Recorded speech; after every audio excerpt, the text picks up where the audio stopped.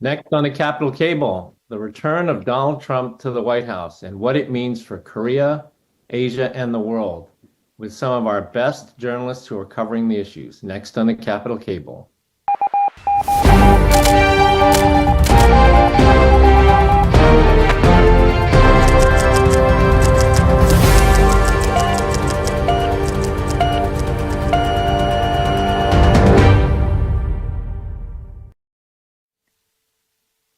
Good evening, everyone. Good afternoon, good day, wherever you are. Welcome to episode 101 of the CSIS Capital Cable.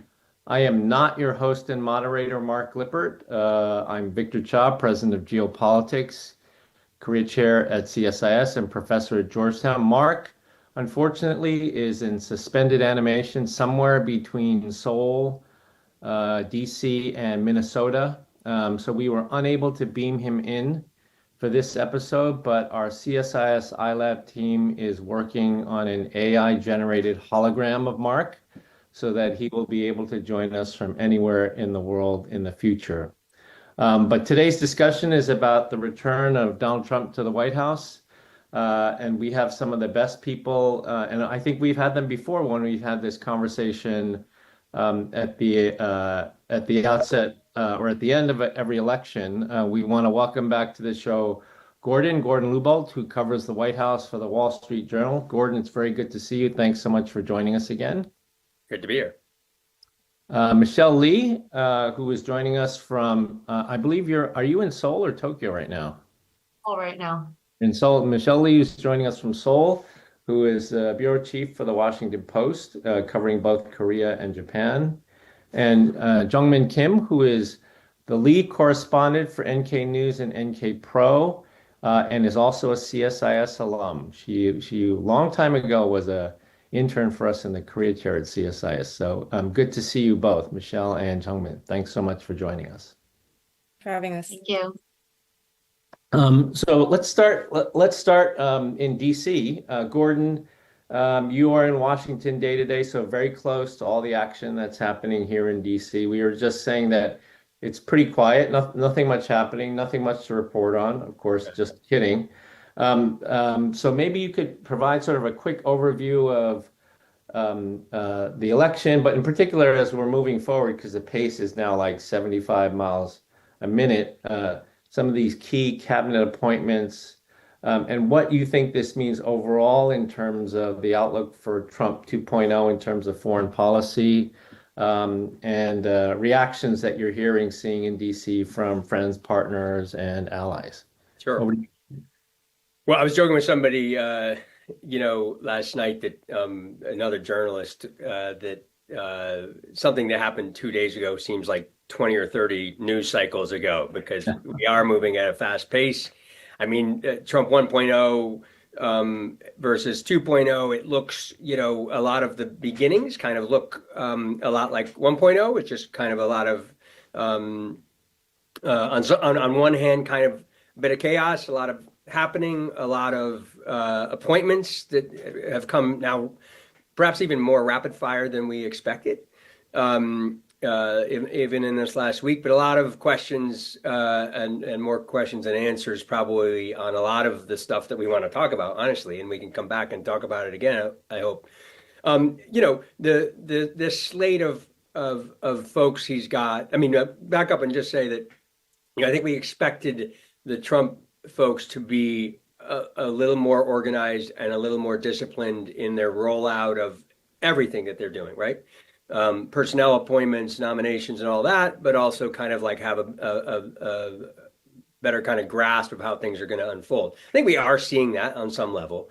I would say that the slate of these nominations that have come out, I think a lot of them to a lot of people make great sense, and then some clearly don't. And we can talk about some of the more particular ones later. I think, the nomination finally of Marco Rubio at the State Department brings obviously like a traditional China hawk, potentially if he's confirmed, and it seems like he would be, to the State Department chief diplomat who will, believes KJU is, a big concern.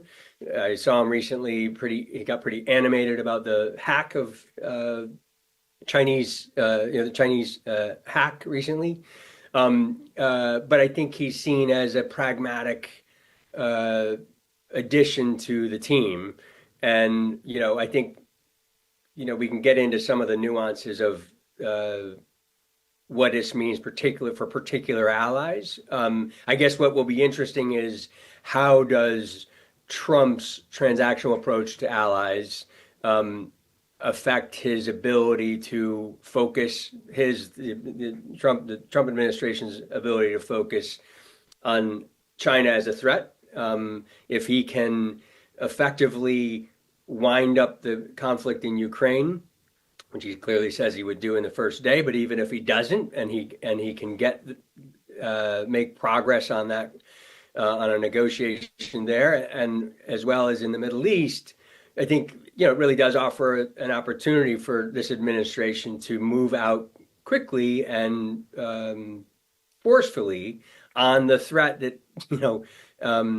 or the competition, however we want to kind of term it, that President Obama first kind of most famously earmarked.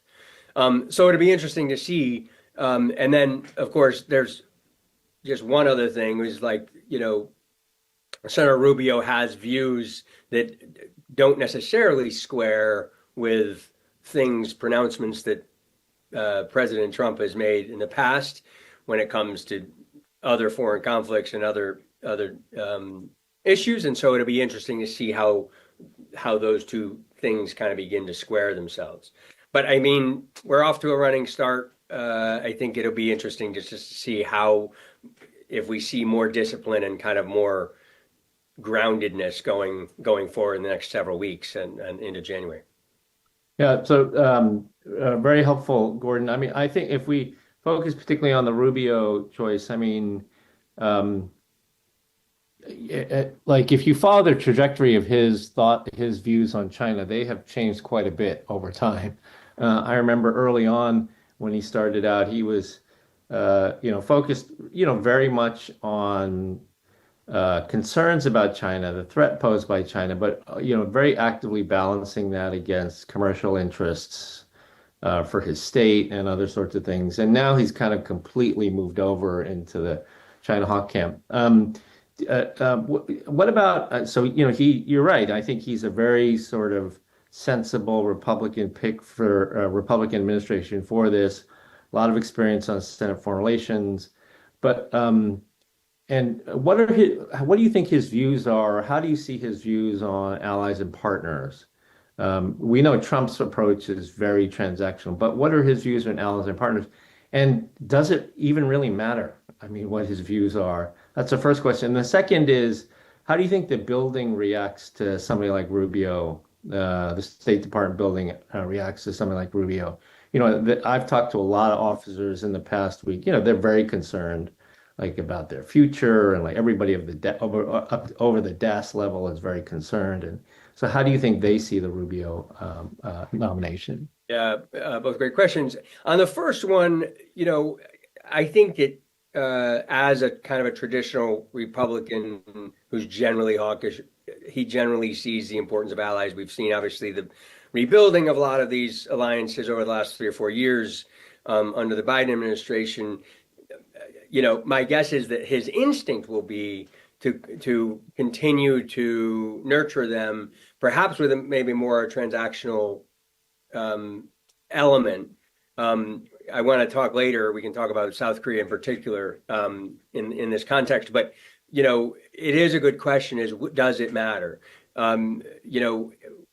What will be interesting about the maturity of 2.0, and I don't mean the man, but just the administration and kind of their ability to govern, will be, will Trump listen to a respected Republican, in this case, soon to be potentially diplomat, who may not push back, maybe not try to foil what Trump is doing, but bring a pragmatic approach that actually works to help him affect the changes he wants to affect.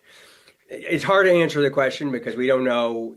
I think he will hew as close as he can to what Trump is going to want. I think if he can put kind of a transactional window dressing on whatever it is that he's trying to do as he presumably continues to nurture these alliances, then I think maybe he can do it and Trump is satisfied. But that is the big question because I think, again, if Trump goes through his cabinet members, all of them at different times, again, we're right back to where we were. But he, like I said, he does have an opportunity to kind of affect some change and do some of the things he really wants to do if he kind of stays a little bit more grounded. On the State Department, it'll be hard to say. I think that because of who Marco Rubio is, there's less reason to think he's just going to do a wholesale clean out of at State, but and maybe State won't be the initial kind of swampy thing that Trump necessarily wants. Trump seems to be focused on retribution in other areas, and the Pentagon seems to be another place, and we can talk about that. But I would think he's going to bring some stability or at least some level of certainty if he wins the post, and can get over there and kind of assure folks what he wants to do. But I think he's going to want to move out and maybe streamline. I think the whole government's going to be streamlined a little bit on some level. So we'll have to see. Great. Thanks, Gordon. Let's bookmark the Pentagon because I like to come back to that in the next round. Michelle, you wrote this very interesting piece recently that talked about how many leaders in Asia sort of have backed away from their past insults of Trump, including, I think, some cases where people have deleted like old social media posts about Trump. In the case of President Yoon, there was a report that he's starting to play golf again. He hasn't played golf for a while. He's starting to play golf again, hoping he's going to bump into Trump on a golf course in West Palm Beach somewhere. The Korean press has been talking about how Yoon is his people have been lobbying for a meeting in Mar-a-Lago off the tail of APEC and the G20 this week. But at the same time, like Trump has called South Korea a money machine, talked about $10 billion. It'd be great to hear, can you describe what the mood is now in Seoul with regard to Trump 2.0 and to what extent does the Yoon government have a strategy? Have they prepared for this? Are they positioning themselves well for dealing with the return of Trump? Yeah, so I think big picture is that, when Biden came in 2021, allies were already sort of concerned about whether the return to alliances is here to stay or if it's a temporary 4 years and then we'll come back to Trump. And I remember starting this job in 2021 and arriving in Tokyo and Seoul. And the questions I got at that time were, is Trump coming back? Do you think Trump will be reelected? And I was like, I don't know, it's 2021. And I think they were right to worry about the sort of whiplash that we're now experiencing and these long-term concerns about where U.S. stands, long-term view on alliance management, and will they keep having to experience this whiplash back and forth? And is America First temporary or is it here to stay? And I've seen Japanese and Korean officials really, really court Republican co-dels and visitors over the past year or so. The Japanese certainly have been putting in former Japanese officials who had worked with the Trump team back into their positions to deal with U.S.-Japan relations. In terms of Korea, the mood here has been tense around the election for a while now, as it has been in many countries, certainly in the U.S. But in the past week or so, it's been all the conversations have really been around what happens to Yoon's relationship with Trump. How is he going to build that rapport? What happens to the SMA negotiations? They just signed the new agreement after negotiating over months and months. The signing ceremony, I think, was last week. And what happens to troop withdrawals, the tariffs? That's really been on top of mind. As you mentioned, and I wrote about Yoon playing golf again for the first time in 8 years, dusting off his golf club in case, he he runs into Trump at the club or like hits the links with Trump. But I think, as you've mentioned, the South Korean officials trying to make it over to Mar-a-Lago is really taking a page out of Shinzo Abe's playbook from 2016 when he went to New York to Trump Tower to meet with Trump like immediately after the election. And I've been hearing this from South Korean officials for maybe 2 years now, like, should President Yoon go to meet with Trump if he gets elected? Will we beat the Japanese there? And like that's sort of been, I think they're trying to kind of emulate that playbook, knowing that the personal diplomacy part is super important to Trump. But they have real concerns. The money machine comment has gotten a lot of traction out here. Trump has proposed tariff hikes 10 to 20% and then 60% in China. Korea has such an export-dependent economy, and Trump administration seems very real about these tariff hikes. So Koreans are very concerned about that, especially the businesses, business leaders. Certainly on SMA negotiations, what happens to troop withdrawals, especially now with the Republican trifecta in government. I think there's not going to be much of a check on Trump, and he may get some congressional support on decreasing troop presence on the peninsula. I think all of these things are up in the air now, and Koreans feel that. And the last point is about trilateral. What happens to U.S., Korea, Japan trilateral relations now? I mean, they've tried to quote unquote institutionalize the relations, but there's not much that you can actually institutionalize. All you need is one part of the puzzle to not really care about trilateral, and it falls apart. And the most, vulnerable position right now is the U.S. piece. So all of these things have been up in the air. I think we can continue to talk about this throughout the session. Can I ask you just a follow-up on that, Michelle? In terms of all of these concerns, and you've laid them out very well and very neatly, everything from SMA to tariffs to chorus to troop withdrawal. We'll talk about North Korea in a minute when we get to Jeongmin, but how is this had any effect on the domestic politics in South Korea? Has it affected what is it like the opposition party said about these sorts of issues? Are they blaming the election victory of Trump on Yoon? I mean, like, how is this resonating domestically in terms of partisan politics in South Korea? Well, I think Jeongmin has followed the domestic very closely, but I do know that, for example, SMA and troop withdrawal are such vulnerable political topics for Yoon's party. I mean, it's so easy to politicize and wield it against Yoon. But I must say that right now, the domestic politics is very, very focused on Yoon's wife, the first lady, and the Myung-tae-gyun controversy. I was at the post-election press conference the day after the election. It was a 2-hour press conference, and an hour and 45 minutes were spent on the First Lady controversy. So it is very much driving the domestic policy and domestic political debate and drama. And I haven't yet seen the Trump victory really wielded successfully against Yoon. He did a 2-hour press conference? Yes, I sat through all 2 hours. He's just like Trump. That's just like Trump. He's very much like Trump. Okay, Jeongmin, you've been really patient. So let's anything that you want to comment with regard to what Michelle said on domestic politics in South Korea would be great. But let's shift to North Korea. So Yoon and Trump had a phone call, as Michelle referenced. South Koreans are absolutely ecstatic that they got the call in before Japan did. And the issue of North Korean provocations was raised in this conversation.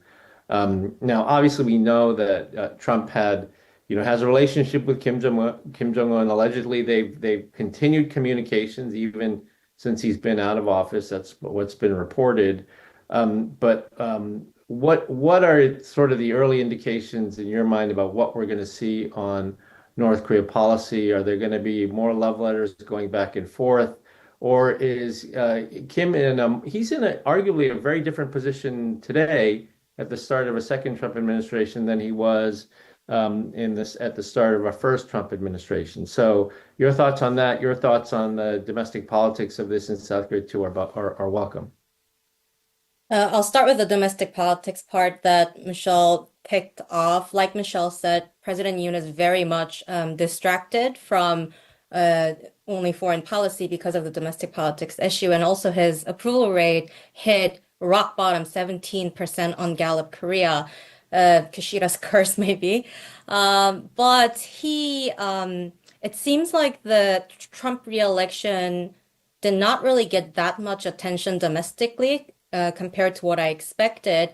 And like North Korea policy issue, defense cost sharing issue, I think I hear a lot about this from foreign policy experts or defense experts, but just general public, if you look at the approval rate, disapproval reasons, foreign policy or defense is not that high up. It's usually just domestic politics. So it actually does give Yoon some bandwidth to recalibrate his position rather than rushing.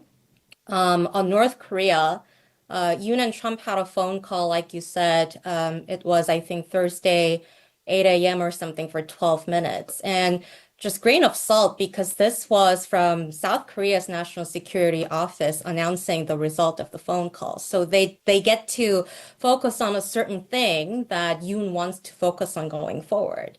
Allegedly, what happened was Yoon congratulated Trump for winning under this grand slogan of Make America Great Again. You can already see that he's rushing to flatter Trump a little bit. And then reportedly, they talked about North Korea because Trump asked Yoon first. They focused on that a lot. They said, Yoon, at the press conference that Michelle went to, said that Trump was the one that brought up the North Korea issue first. I didn't bring it up. And then they went into all sorts of military aggressions and non-military aggressions that North Korea has been conducting, like the trash balloons and the missiles and the GPS jamming and so on and so forth. And from South Korea's press release, they say that Trump shared, the leaders jointly shared concerns. But that's the presidential office's take, Seoul's take.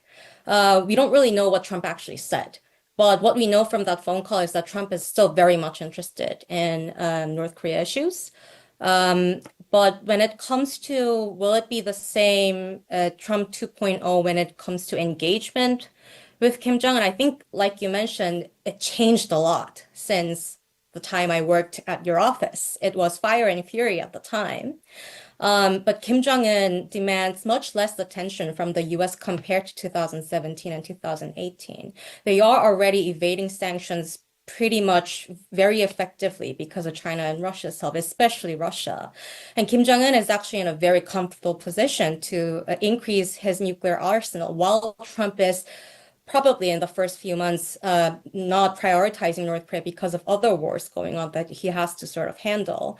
And Kim Jong-un already declared South Korea the main enemy that he will not seek unifications with regardless of progressive or conservative administration. So it doesn't really matter who comes in 2027 in South Korea either. And when it comes to improving relations with the US, North Korea is already getting plenty of help from Russia as long as the Ukraine war is going on.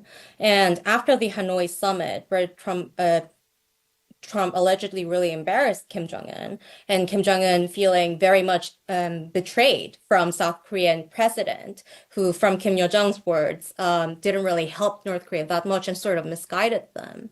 It looks like Trump, Kim, and Yoon do not really seem immediately positioned to get into engagement mode at all. But I think it really depends on how Trump handles and how quickly he handles Ukraine's situation and the Middle East as well. And just lastly, from Kim Jong-un's point of view, what will he want from Trump this time around?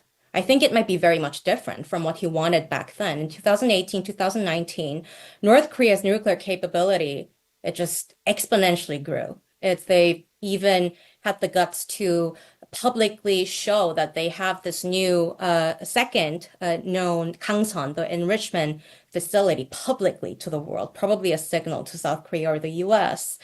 And now he probably wants the de facto recognition of a nuclear state from Trump. And will he need to rush for it? I don't think so. And lastly, from Yoon, this puts him in a very awkward situation if Trump ends up at one point talking to Kim Jong-un again in love letters, going back and forth on Twitter or Truth Social or whatnot. Because Yoon's whole policy so far was to focus on US extended deterrence, jointly deterring North Korea, talk about North Korea human rights, and Trump is not that kind of guy. And now he will have to sort of do the whole backtracking of his policy if he wants to go along with Trump. And that will face opposition, domestic opposition. But that is probably the weakest hurdle against Yoon sort of backtracking his policy because South Korea is not a second-term presidency. If he really cares about legacy and getting on the same side as Trump, he can do that, but probably not immediately, I think. Yeah, so it's interesting. I mean, I think you're right. I mean, if you think about what North Korea would want from an encounter with the United States, like they'd want things like sanctions relief, this sort of stuff. But they effectively have that already, right? With with Russia basically getting rid of the POE and then wanting to trying to dismantle the entire sanctions regime.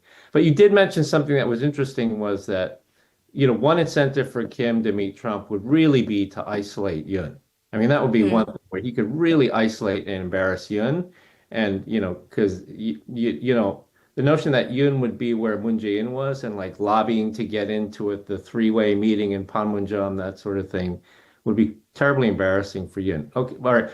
I'll go back to all three of you very quickly on just one thing before we go to second round, since it was already brought up, which is North Korea and Ukraine. So for Gordon, very quickly, how realistic is it when Trump says he's going to end the war on day one? I mean, how realistic is that particular idea, and how would he do it? And then for Michelle and Jeongmin, North Korean, 12,000 troops, 3 brigades in Kursk, 9 million rounds of ammunition, but particularly the troop commitments to Russia. How is that resonating in South Korea? We've heard like Yoon is angry and all that, but is there going to be a change in policy? And then how has the public reacted to that whole idea of support for Ukraine, given what the North Koreans are doing? So first, Gordon, and let's try to do this one really quickly. So Gordon, over to you. Yeah.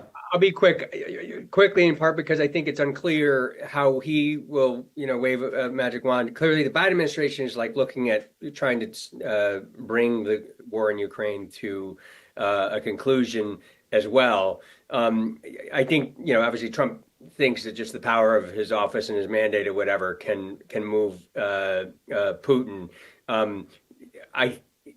He will cut off, Zelensky, presumably at some point, kind of putting Zelensky in a corner. But I still don't quite understand what Putin gets out of an end to the conflict at this juncture. And just real quickly, I think it's unclear what the addition of the North Korean troops helping Russia will actually do to change the kind of geopolitics, at least in that conflict. Yeah, yeah. What about in South Korea, Michelle? I mean, what's Yoon going to do, and then how has the South Korean public reacted to this news of 12,000 troops, North Korean troops in Russia? In terms of public reaction, I mean, the Ukraine war just generally has not gotten a ton of traction in Korea, even from the beginning of it. And, to the extent that Koreans see that North Koreans are involved now, it's been all over the news, but I don't see like some public outrage or anything over it. I think it's partly because the South Korean government hasn't had any sort of like forceful plan in terms of how to deal with it. NIS has been unusually very forthcoming with information they have about the North Korean troops. They've been clearly directed to release a lot of information as everything they probably can. And they've been giving lots of briefings to National Assembly. But in terms of, a coordinated response from the Yoon government, we haven't seen it yet. We've seen officials like the top officials say a couple times now that they're reviewing whether South Korea can or could or should send lethal arms directly to Ukraine. But I've gotten no indication that that sort of review has resulted in any sort of decision. I know that the review is pretty much complete, but there's no, certainly from like the defense industry side, there's no sense that they're going to be mobilized in any sort of way to send lethal weapons directly. That's still such a big red line that Yoon has not wanted to cross, and there's no signal yet that he is going to. It's not actually a law, it's more of an administrative change. So he easily can change it, but it is still very politicized within the National Assembly. So I think he's just not getting the political support to cross that line. Jeongmin, anything on that? And also, anything on what Michelle said, but also, do you think North Korea will do more? I mean, munitions probably yes, but do you think they'll send more troops? And particularly if there's news that these troops are dying, or they're getting captured, or they're defecting, like how is that going to affect the way the North Pyongyang thinks about this? So that's two things, right? One is the fate of the troops that they are sending and whether or not that information will be spread domestically in North Korea, which will be a big problem ideologically. Dying in someone else's uniform, it's a very dishonorable thing to do for North Koreans and, someone else's war. So that's one thing. And another thing is they will probably calibrate to not increase the troop level too dramatically now that Trump is elected, and at least see how it's going until like January, February, and sort of keep it at the current level if they are smart. But we're just not sure how much or what kind of technical assistance or items that Russia is sending to North Korea. So it really depends on what's going on behind the doors and also what Trump will do. About the domestic reaction to the North Korea troop deployment, like Michelle said, the public sentiment is really bad when it comes to lethal weapons aid, especially 80%, over 80% disagrees about South Korea sending weapons to Ukraine. So presidential office sort of try to reframe the discourse to say, oh, it's not lethal weapon, it's an emotionally charged term. So we're going to say defensive and offensive, and we're going to do like step-by-step consideration, which I think was smart. But they also started to say, because North Koreans are in Russian border right now, it's a direct threat. So by saying it's a direct threat, they are sort of trying to woo the public a little bit better, because South Korea is also being pressured, nudged from not just the US, but allies, NATO partners as well in Europe.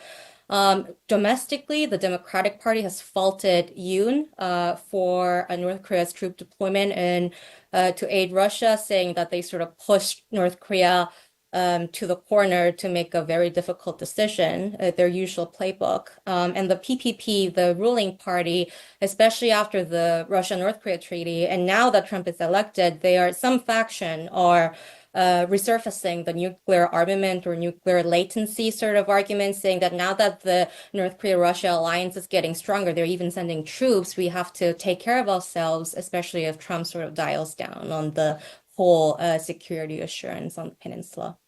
Right. Yeah. That whole nuclear that we can do another show on that whole nuclear question in South Korea.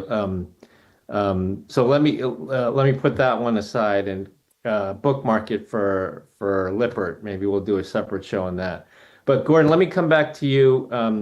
We focused on Korea. Let's pull back a little bit and talk about what some of these appointments mean more broadly for U.S. allies, both in Europe and Asia. In particular, this appointment of the Secretary of Defense, the Fox News personality Pete Hegseth. What does that in particular mean? I mean, the first Trump administration saw very experienced people in that position who, distracted, slow rolled some of Trump's ideas about what he wanted to do with troop deployments, with cost sharing, with other sorts of things. What do you think? I mean, this person is really not very experienced. He's certainly never commanded a division or run a piece of the Pentagon. What does this mean in terms of how Trump will look at policies in places like Korea and Germany? We already mentioned troop withdrawals, things of that nature. Yeah, so it's a fascinating question. I think to your point, I think Pete Hegseth is objectively less qualified, let's put it that way, to run an organization such as the Pentagon. He's clearly a loyalist, but I predict nothing over these next several weeks.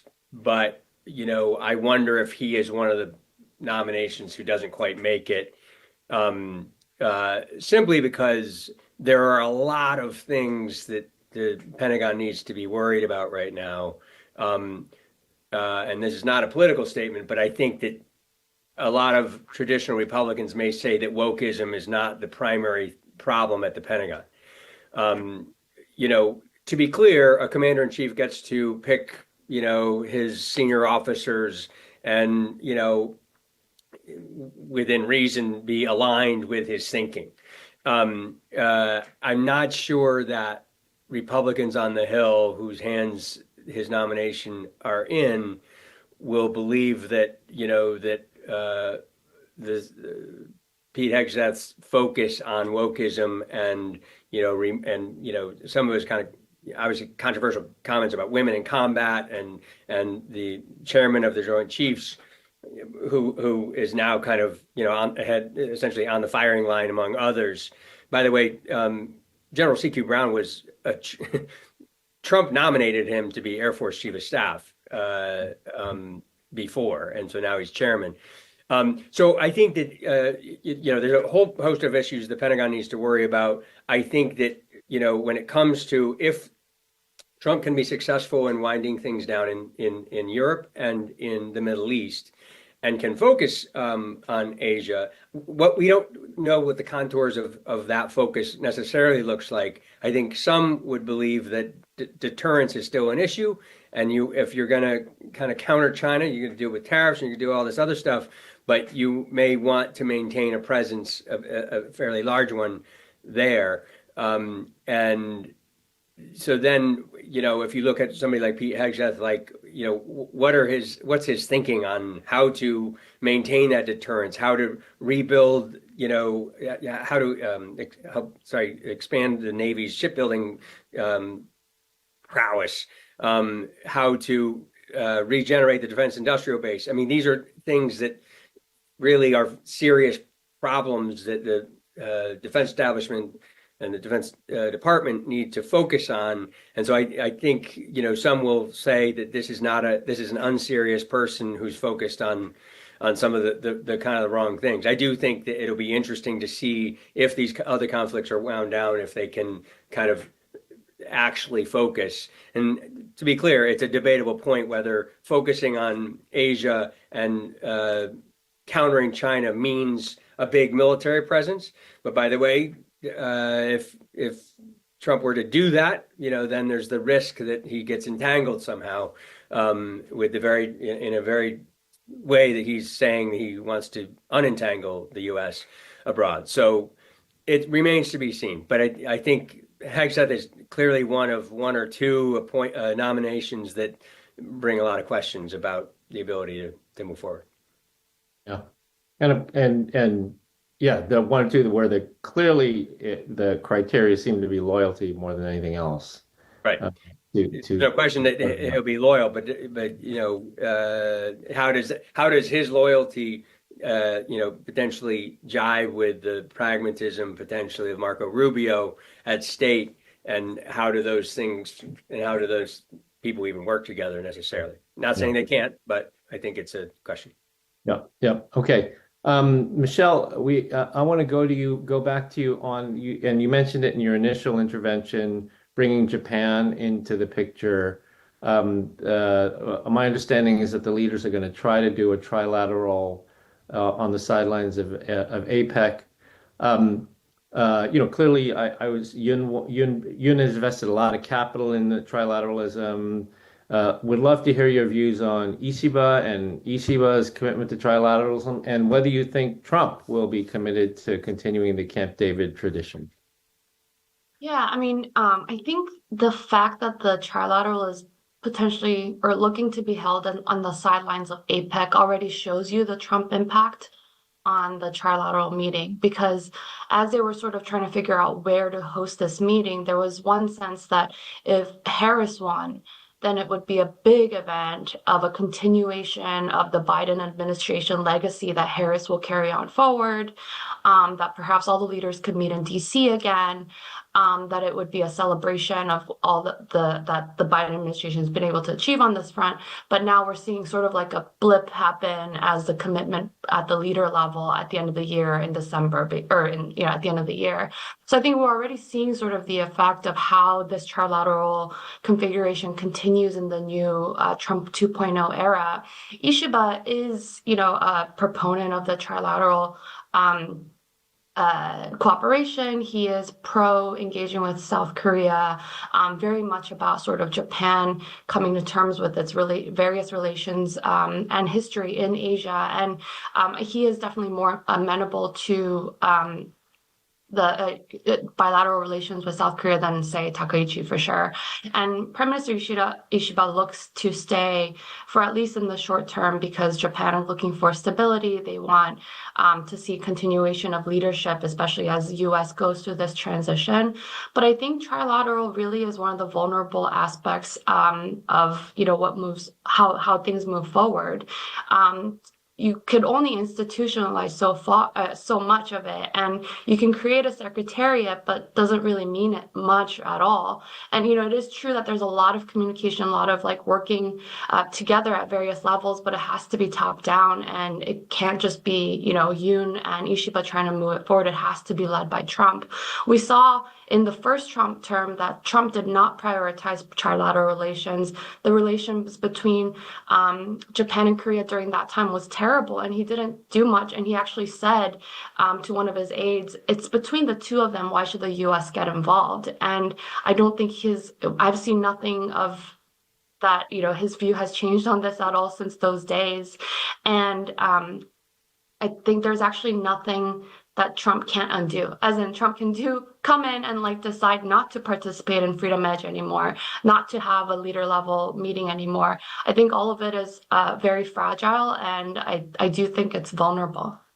Yeah, that's very, very good points.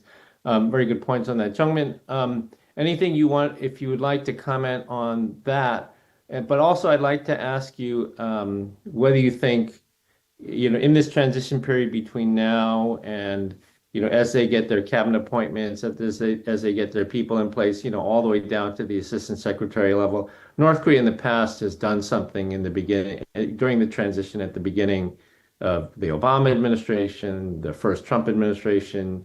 Do you think that we're going to see something from North Korea where they push the envelope, try to take advantage of the transition to position themselves in an even stronger position? In their minds. I'll briefly weigh in on what Michelle said first about trilateral. I think for Yoon, it will be, and Ishiba probably, the biggest elephant in the room right now is what to do with China now that Trump is in. What should be their official positions, written and public verbal positions on China and the Taiwan Strait? They sort of came up with this wordings that they could agree on during the Biden administration. But with Trump coming in, it seems like from the first phone call between Yoon and Trump, I could see that they were trying to sort of institutionalize trilateral relations in a sense that it's linked to businesses, like trade relations, that how they can all benefit from it, especially like shipyards and everything. So it seems like if that sort of goes on, Yoon will face this moment where he has to make a clearer position on China to have Trump institutionalize the trilateral relations or the bilateral relations as well. On your second question, will North Korea do something to push the envelope? I think the thing about provocation is that will the target be provoked by the action? And because of that, people tended to talk about ICBMs if the target is the US, IRBM over Japan if the target is Japan, SRBMs and tactical nuclear weapons test if the target is South Korea, right? But this time around, I'm not actually sure because it seems like they are already getting plenty of attention with what they are already doing right now, helping Russia. Will they need additional nuclear weapons tests to get the attention from the Trump administration? They've already apparently postponed it for a while after having completed the preparations for it, probably waiting for the right moment. But especially if Trump is flirting with this idea of potential engagement, and if nuclear test or something like ICBM tests going on for too many times, if it looks like it's going to tickle Trump in a wrong way, I think they might restrain. And also because they are already provoking a lot of other partners like South Korea with their Russia involvement. So my answer is I can't predict what North Korea is going to do this time around, is my diplomatic way of saying it. Well, that's why we have think tanks, because we can make all sorts of predictions and then nobody remembers when we get them wrong. So we'll pick it up and write about it as journalists. Yeah. All right. Well, great. Jeongmin, Michelle, Gordon, thanks so much for joining for this episode of the Capital Cable. We're at the end of time now. Mark always ends the Capital Cable with some sports reference to the Doosan Bears. I have no idea the Doosan Bears are doing, so I will just say the New York Giants are in a bye week this week, and that's about all the good news there is for the New York Giants. So with that, thank you, Jeongmin, Michelle, and Gordon. Thank you all for watching, and join us for the next episode of the Capital Cable.